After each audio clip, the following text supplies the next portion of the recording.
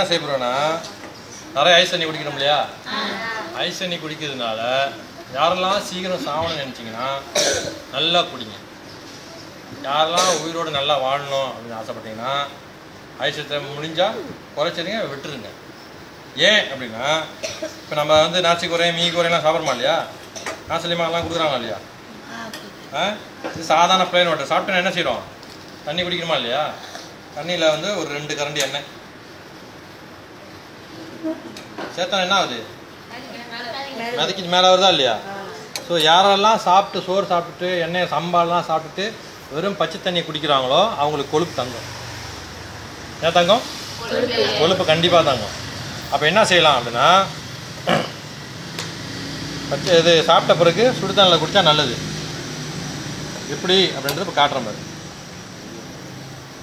நிற்கிதா? அதை கலக்கிற மாதிரி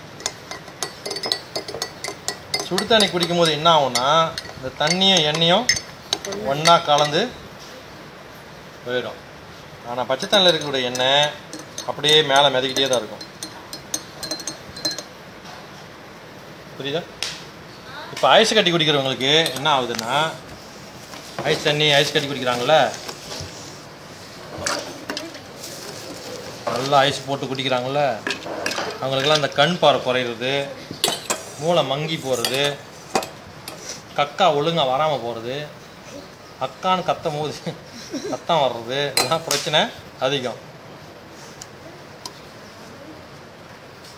சமைக்கும் போது மீன் கறி சைவம் அசைவம் எல்லாத்துக்கும் போகிறாங்களே என்ன நாசலியமாக சாப்பிட்றோமா இல்லையா? இவர் இதை கலக்கும் போது என்ன ஆகுது?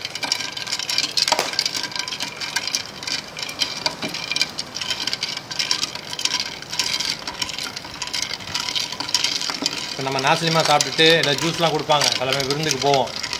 ஜூஸ்லாம் கொடுத்தா என்ன ஆகும்? ஒரு உடனே பார்த்து என்ன பேர் என்ன ஆகுது? கொலஸ்ட்ரால் ஆயிடுதா? யாருக்கெல்லாம் அந்த மாதிரி கொலஸ்ட்ரால் வருதோ என்ன தங்கிடுதோ முகம்லாம் கருப்பு கருப்பாக ஆகும். இந்த பையனை மாதிரி பார்த்தனே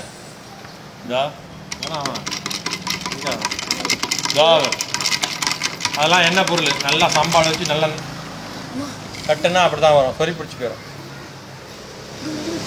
இப்போ இந்த மாதிரி ஐஸ் வாட்டர் குடிக்கும் போது சாப்பிட்டுட்டு ஐஸ் வாட்டர்லாம் குடிக்கக்கூடாது. யாரெல்லாம் வந்து முடி சீக்கிரம் கொட்டி போடணுமோ ஐஸ் குடிக்கலாம். யாருக்கெல்லாம் முடி அழகாக வேணுமோ ஐஸை விட்டுறணும். புரியுதா? ஐஸ் குடிக்கிறது கெடுதலா நல்லதா? வேற எவ்வளோ கெடுதல். இங்கே யார் வந்து அறிவாளினா நான் சொன்னால் புரியும். யார் அறிவாளி? கை தூக்குங்க.